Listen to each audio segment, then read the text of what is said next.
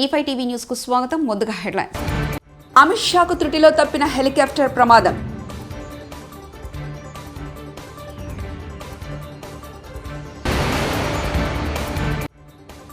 Vaikapa fan రెక్కలు ఊడిపోయాయి. పవన్ కళ్యాణ్.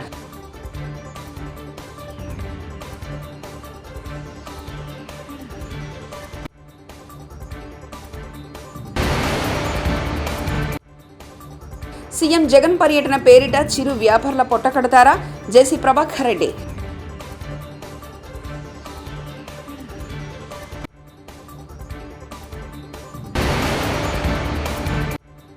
ఇళ్లకు వెళ్లి పెన్షన్లు ఇవ్వడం సాధ్యమే.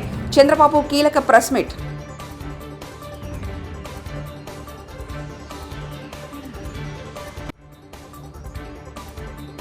కేంద్ర హోంమంత్రి అమిత్ షా సోమవారం నాడు హెలికాప్టర్ ప్రమాదం నుంచి త్రుటిలో తప్పించుకున్నారు. లోక్సభ ఎన్నికల ప్రచారం కొరకు బీహార్లో పర్యటిస్తున్న ఆయన జగుసరాయ్లో నిర్వహించిన బహిరంగ సభలో పాల్గొని తిరిగి హెలికాప్టర్లో బయలుదేరినప్పుడు ఈ ఘటన చోటు చేసుకుంది. వైకాపా ఫ్యాన్ రెక్కలు ఊడిపోయాయని జనసేన అధినేత పవన్ కళ్యాణ్ ఎద్దేవా చేశారు. కాకినాడ జిల్లా పిఠాపురం నియోజకవర్గంలో నిర్వహించిన ఎన్నికల ప్రచార ర్యాలీలో పవన్ కళ్యాణ్ పాల్గొన్నారు. పవన్ ర్యాలీలో భారీగా తెలుగుదేశం పార్టీ, భాజపా, జనసేన కార్యకర్తలు పాల్గొన్నారు. సహకరించాను, ఎందుకు మద్దతు ఇచ్చానడానికి ఆ రోజు నాకు అవకాశం ఉండి కూడా పోటీ చేయాలి. ఆ రోజున నేనేం ఆశించను. నేను ఆశించేదల్లా ఒకటే, రాష్ట్రం బాగుండాలి. రాష్ట్ర విభజన జరిగిన తర్వాత మన ఉపాధి అవకాశాలు కానీ మన నిధులు మనకి కొరత ఉంది. ఇవన్నీ సరితీసుకోవాలి, బలమైన నాయకత్వం ఉండాలి అన్న ప్రయత్నం. చంద్రబాబు గారిని అరెస్ట్ చేసినప్పుడు మీరు కూడా ఆలోచించండి స్వార్థంగా. ఆ పరిస్థితులు ఇంకో పార్టీ నాయకుడు ఏం చేస్తాడు? మొత్తం ఆయన బాగుండాలి, తొందరగా బయటికి రావాలని తెలియదు చెప్పి బయటకు వచ్చేస్తాడు. పార్టీని ముందుకు తీసుకెళ్ళాలి. నేను చెప్పండి, ఇది అవునా కాదా సార్? ఇది సహజంగా కాదు. కానీ ఎందుకు చేశానంటే నాకు వర్మ గారు చెప్పినట్టుగా మీరందరూ ఒక పార్టీని నమ్మి, ఒక పార్టీ సిద్ధాంతాన్ని నమ్మి 4 దశాబ్దాలుగా ఆ క్యాడర్ ఉంది తెలుగుదేశంకి. ఆ క్యాడర్ తాలూకు కష్టాన్ని. తాడిపత్రిలో ముఖ్యమంత్రి జగన్మోహన్ రెడ్డి పర్యటన సందర్భంగా చిరు వ్యాపారుల పొట్టకొట్టారని పట్టణ మున్సిపల్ చైర్మన్ జేసీ ప్రభాకర్ రెడ్డి ఆగ్రహాన్ని వ్యక్తం చేశారు. చిరు వ్యాపారులపై స్థానిక ఎమ్మెల్యే ఫ్యాక్షనిజం చూపిస్తున్నారని మండిపడ్డారు. ముఖ్యమంత్రి జగన్ పర్యటన సందర్భంగా తాడిపత్రి పట్టణంలో గత 3 రోజులుగా ఆంక్షలు విధించారు. రోడ్డు పక్కన ఉన్న చిరు వ్యాపారుల దుకాణాలను మోయించారు. చిన్న చిన్న రేకుల షెడ్లను సైతం కూల్చివేశారు. దీంతో చిరు వ్యాపారులు దిక్కుతోచిన స్థితిలో ఉండిపోయారు. దీనిపై తాడిపత్రి మున్సిపల్ చైర్మన్ జేసీ ప్రభాకర్ రెడ్డి తీవ్ర స్థాయిలో స్పందించారు. ఓట్లు వేసినందుకు చిరు వ్యాపారులకు ఇచ్చే బహుమతి ఇదేనా అంటూ ప్రశ్నించారు. స్థానిక ఎమ్మెల్యే అరాచకం తప్ప అభివృద్ధి లేదని, తాడిపత్రి పట్టణాన్ని నాశనం చేశారని ఆగ్రహం వ్యక్తం చేశారు. రోడ్డు పక్కన చిరు వ్యాపారుల పొట్ట కొట్టారని ఆయన మండిపడ్డారు. ఊర్లో నేనేదో చేశాను, నేనేదో ఇవి చేస్తాను స్వామి, ఇది చేస్తాను. బీదోళ్ళు బతకొకటి 300 తీసుకొని పోతే కానీ వాడి భూ జరగదు. నిన్న మొన్న 3 రోజుల నుంచి ఏమైంది? వాడు తీసేది వేస్తానవా? తీసేది ఒకటి తెలుసు, నీకు చేసేది రాదు. మొత్తం గబ్బట్టిచ్చినావు. మరడి పార్టీ షెడ్ ఏం చేసిందప్ప? ఇక్కడ సెక్యూరిటీ పెడితే అయిపోకేలా ఏదైనా షెడ్ అంటే చెప్తేనే నీకు ఏది చేత కాదు. ఎమ్మెల్యే గారు ఊరి పొద్దున ఏదో చెప్పుకుంటాడు, నీకు చేసినది నన్ను తిట్టేది. తిట్టుకో, నాకేం అభ్యంతరం లేదు. గుర్తు చేస్తాడు ఎవరంటే ఫ్రాక్షన్ చేస్తాడు. నువ్వేం చేయలేవులే కానీ ఫ్రాక్షన్ ఇట్లాంటివి చేయొద్దు. దీళ్ళ మీద ఫ్రాక్షన్ చేస్తా, చెట్ల మీద ఫ్రాక్షన్, నీకు ఈ షెడ్ మీద ఫ్రాక్షన్ చేస్తావు అంతే. ఇది ఏం కాదులే. వాళ్ళు ఎట్లా పోతారు? ఎమ్మెల్యే 300 తీసుకుపోతే పోతాడు. వైఎస్ఆర్సీపీ మహిళా విభాగం రాష్ట్ర అధ్యక్షురాలుగా పోతుల సునీత. అంటేనే ప్రజా సంక్షేమ సుపరిపాలన, పేద బడుగు బలహీన వర్గాల పరిపాలన, అక్కచెల్లెమ్మల పరిపాలన, వాళ్ళ యొక్క అభివృద్ధి ధ్యేయంగా ఈ 5 సంవత్సరాల పరిపాలన. మరి నవరత్నాల్లో ఏవైతే మన జగనన్న హామీలు ఇచ్చాడో ఆ హామీలన్నీ కూడా 99% ఈ 58 నెలల ప్రభుత్వంలో కంప్లీట్ చేసుకుని ప్రజలకు ఒక నమ్మకాన్ని, ఒక భరోసాని కల్పించినటువంటి నాయకుడు మన గౌరవ ముఖ్యమంత్రి జగన్మోహన్ రెడ్డి గారు. జగనన్న ఏదైనా చెప్పాడంటే చేస్తాడంతే అనే నమ్మకాన్ని కూడా ప్రతి ఒక్క ప్రజల నోట వచ్చే మాట అది. ప్రజలకు ఒక నమ్మకం, జగనన్న ఏదైనా చెప్పాడంటే చేస్తాడంతే. అలా చేసి చూయించాడు. నిజమైనటువంటి నాయకుడు జగనన్న. ఈరోజు రాష్ట్రంలో సంక్షేమము, అభివృద్ధి, దేశానికి ఒక ఆదర్శంగా, ఒక రోల్ మోడల్ గా విద్య, వైద్య, వ్యవసాయ రంగాల్లో, మహిళా సాధికారతలో, ఎస్సీ ఎస్టీ బీసీ మైనార్టీల యొక్క అభివృద్ధి సంక్షేమ కార్యక్రమాల్లో సామాజిక న్యాయంలో మరి జగనన్న 70 సంవత్సరాల స్వతంత్ర భారతదేశంలో ఎన్నో అంటే బీసీ ఎస్సీ ఎస్టీలకు సామాజిక న్యాయం అన్నది అందని ద్రాక్షగా ఉండేది. రోజు నిజంగా ఆయన నిజమైనటువంటి ఏప్రిల్ నెలలో పెన్షన్ల పంపిణీ ప్రధానంగా మారిన వైనం. సచివాలయ వద్ద పెన్షన్ ఇచ్చిన ప్రభుత్వం, పలువురు వృద్ధుల మృతికి మీరే కారణమంటూ ఒకరిపై ఒకరు దుమ్మెత్తి పోసుకున్న అధికార విపక్షాలు. ఇళ్ల వద్ద పెన్షన్ పంపిణీ పెద్ద కష్టమైన పనేం కాదంటూ వివరాలు తెలిపారు చంద్రబాబు. పోయిన నెలలో లేని అకౌంట్లు ఇప్పుడు ఎట్టొచ్చాయి? You answer this. అంటే మీ కుట్రలు ఏం చేసినా ప్రజలు నమ్ముతారని, లేకుంటే మేము కూడా ఒప్పుకుంటామని.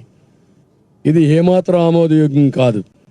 ఈరోజు మీరు చూస్తే వాళ్ళు చెప్పినట్లు చూస్తే ఆధార్ లింక్ అయిన ఉన్న లబ్ధిదారులందరికీ బ్యాంకులో వేస్తాం, మిగిలిన వాళ్ళందరికీ ఇంటికి పోయి ఇస్తామంటున్నారు. మొత్తం 65,49,000 మంది పెన్షనర్స్ ఉన్నారు. దీంట్లో 48,92,000 మందికి లింకులు దొరికాయి, వీళ్ళకి అకౌంట్లు దొరికాయి. అంటే 75% వాళ్ళకు నేరుగా బ్యాంకులు వేస్తూ ఉంటారు. మిగిలిన వాళ్ళందరూ ఎవరైతే వికలాంగులు, లింకులు లేని వాళ్ళు, పోలేని వాళ్ళు, అనారోగ్యంగా ఉండేవాళ్ళు, వాళ్ళు 16,57,000 మంది ఉన్నారంటున్నారు. ఎవరు పోలేరు? మీ దగ్గర లింక్ అడ్రస్ ఉందా?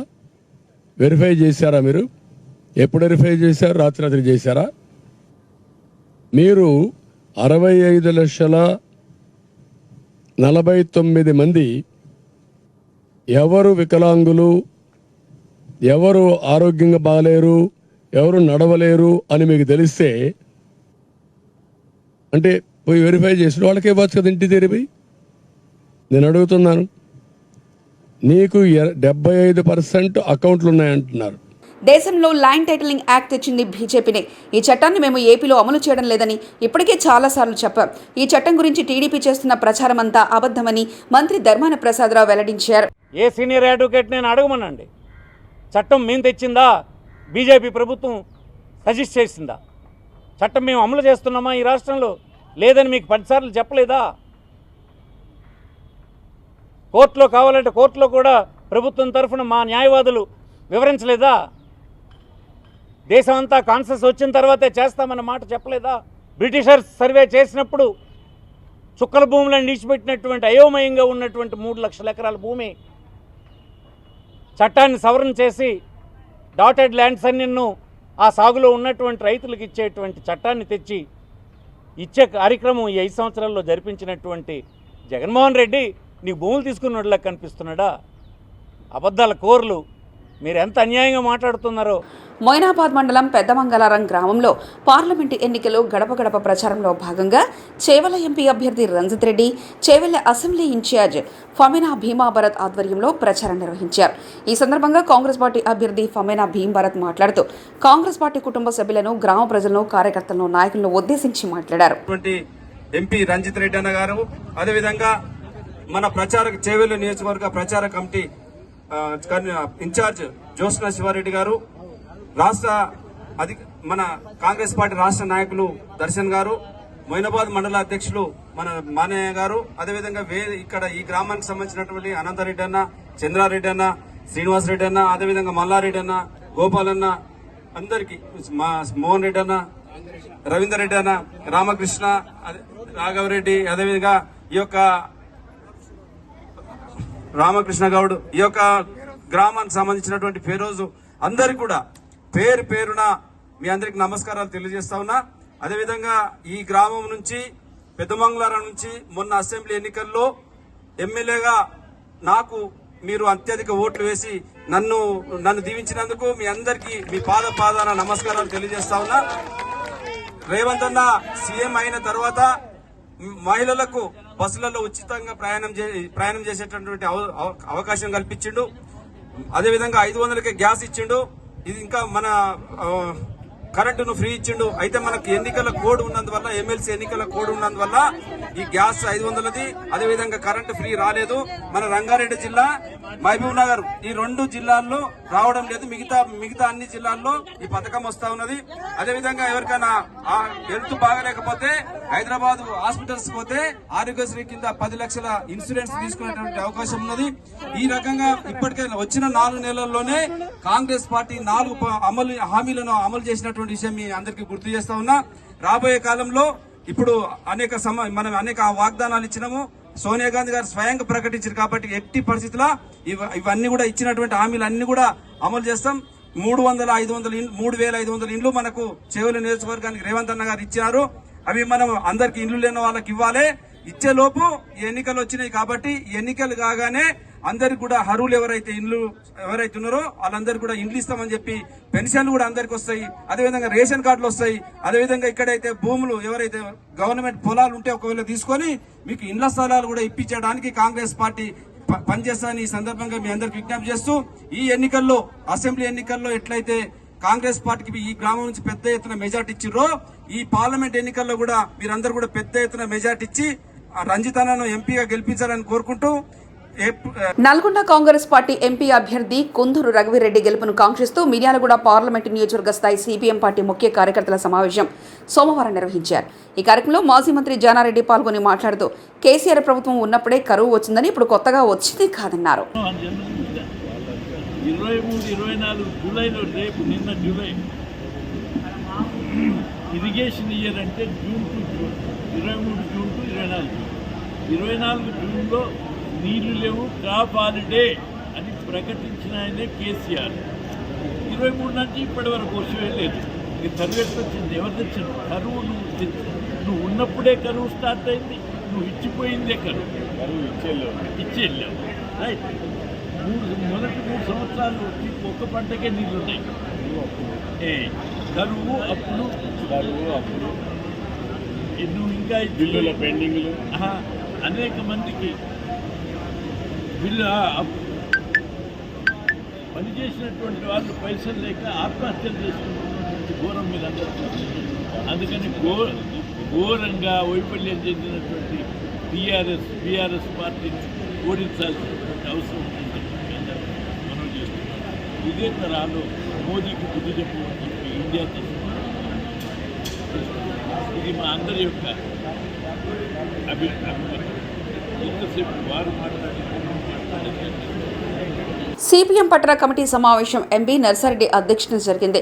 ఈ సమావేశంలో ఆయన పాల్గొని మాట్లాడుతూ భారతదేశంలో రాజ్యాంగం నిలబడాలన్నా, ప్రజాస్వామ్యం కాపాడాలన్నా, ప్రభుత్వ రంగాన్ని పరిరక్షించుకోవాలన్న, వ్యవసాయ రంగం కార్పొరేటీకరణకు కాకుండా ఉండాలన్నా, నిరుద్యోగం తగ్గాలన్నా, ప్రజలలో కొనుగోలు శక్తి పెరగాలన్నా బీజేపీని ఓడించి ఇండియా బ్లాక్ సెక్యులర్ శక్తులను గెలిపించాలని అన్నారు. బీజేపీ మిత్రపక్షాలను ఓడించాలి. ఇండియా బ్లాక్ అలాగే సెక్యులర్ శక్తులందరినీ కూడా గెలిపించాలని సిపిఎం పార్టీ పిలిపిస్తుంది. భారతదేశ రాజ్యాంగం నిలబడాలన్నా, ప్రజాస్వామ్యం కాపాడుకోవాలన్నా, మన ప్రభుత్వ రంగాన్ని మనం రక్షించుకోవాలన్నా, వ్యవసాయ రంగం కార్పొరేటీకరణ కావాలన్నా, అలాగే నిరుద్యోగం తగ్గాలన్నా, కొనుగోలు శక్తి పెరగాలన్నా, అది మొత్తం భారతదేశ ఐక్యత సమగ్రత కావాలనంటే మన బీజేపీ మిత్రపక్షాలను ఓడించాలి. అలాగే భారతదేశం సెక్యులర్ దేశంగా ఉంది. మన రాజ్యాంగం చెప్పింది ప్రధానమంత్రి లాంటి స్థాయి ఉన్న వ్యక్తి ముస్లింల మీద, మంగళసూత్రాల మీద మాట్లాడుతున్న తీరు అభ్యంతరకరం కాదు, ఆందోళనకరంగా ఉంది. ఇది అసలు భారతదేశం ఎటువైపు పోతుంది అంటే మత యుద్ధాలని మోడీ గారు ప్రేరేపించే ప్రయత్నం చేస్తా ఉన్నారు. ఇది భారతదేశానికి మంచిది కాదు, మన ఐక్యతకు మంచిది కాదు. కాబట్టి మోడీ పార్టీ, బీజేపీ, ఆర్ఎస్ఎస్ కి మనం గుణపాఠం చెప్పాలి. అలాగే తెలంగాణలో కానీ ఆంధ్రాలో కానీ ఎన్నికలు జరుగుతూ ఉన్నాయి. తెలంగాణ రాష్ట్రంలో సిపిఎం పార్టీ భువనగిరిలో పోటీ చేస్తూ ఉంది. అందరినీ కోరేది పార్లమెంట్లో ప్రశ్నించే గొంతుకులు కావాలన్నా, శ్రమజీవుల పక్షాన, రైతుల పక్షాన, ఉత్పత్తి వర్గాల పక్షాన పోరాటం చేయాలంటే కమ్యూనిస్టుల వాయిస్ ఉండాలి. అందుకు భువనగిరి జహాంగీరు గారు అన్ని రకాల అర్హత ఉన్నటువంటి వ్యక్తి, వారిని గెలిపించాలని మేము కోరుతా ఉన్నాం. ఇక మిగిలిన 16 స్థానాలు. అమిత్ షాకు త్రుటిలో తప్పిన హెలికాప్టర్ ప్రమాదం.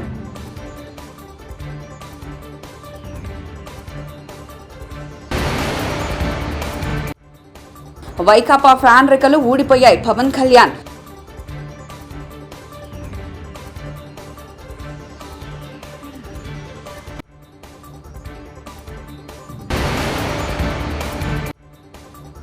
సీఎం జగన్ పర్యటన పేరిట చిరు వ్యాపారుల పొట్టకడతారా? జేసీ ప్రభాకర్ రెడ్డి.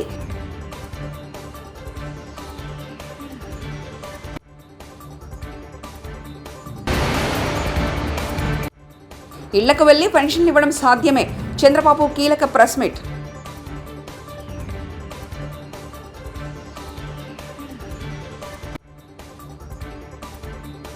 ఇవి బులెటిన్ విశేషాలు. చూస్తూనే ఉండండి E5 టీవీ న్యూస్.